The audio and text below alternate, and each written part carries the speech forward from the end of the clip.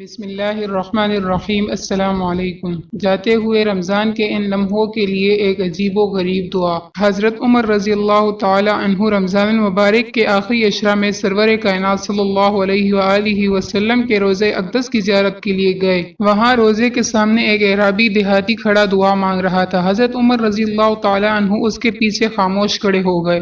وہ اعرابی یہ دعا مانگ رہا تھا: اے میرے رب، یہ آپ کے حبیب صلی اللہ علیہ وآلہ وسلم ہے، میں آپ کا بندہ غلام ہوں اور شیطان آپ کا دشمن ہے۔ اے میرے رب، اگر آپ میری مغفرت کر دیں گے تو آپ کے حبیب صلی اللہ علیہ وآلہ وسلم خوش ہو جائیں گے اور آپ کا یہ بندہ کامیاب ہو جائے گا اور آپ کا دشمن غمگین اور ذلیل و خوار ہو جائے گا، اور اگر آپ نے میری مغفرت نہ فرمائی تو آپ کے حبیب صلی اللہ علیہ وآلہ وسلم پریشان ہو جائیں گے، دشمن خوش ہو جائے گا اور یہ بندہ ہلاک ہو جائے گا۔ آپ بہت کرم اور عزت و شرف والے، اس بات سے بہت بلند و بالا ہے کہ آپ اپنے حبیب صلی اللہ علیہ وآلہ وسلم کو پریشان، اپنے دشمن کو خوش اور اپنے بندے کو ہلاک کرے۔ اے میرے اللہ، شرفائے عرب کا دستور ہے کہ جب ان میں سے کسی سردار کا انتقال ہو جاتا ہے تو اس کی قبر پر اس کے تمام غلاموں کو آزاد کر دیا جاتا ہے، اور یہ تو تمام جہانوں کے سردار کی قبر مبارک ہے، مجھے ان کی قبر مبارک پر جہنم کی آگ سے آزاد فرما۔ حضرت عمر رضی اللہ تعالی عنہ نے بھی اونچی آواز میں کہا: اے میرے رب، میں بھی یہی دعا مانگتا ہوں جو اس اعرابی نے مانگی ہے، اور اتنے روئے کہ داڑھی مبارک آنسوؤں سے تر ہو گئی۔ اب ہم بھی یہ دعا کرتے ہیں کہ اے ہمارے پروردگار رب کریم، ہم بھی اس آخری عشرے میں یہی دعا کرتے ہیں جو اس اعرابی رضی اللہ عنہ نے کی تھی،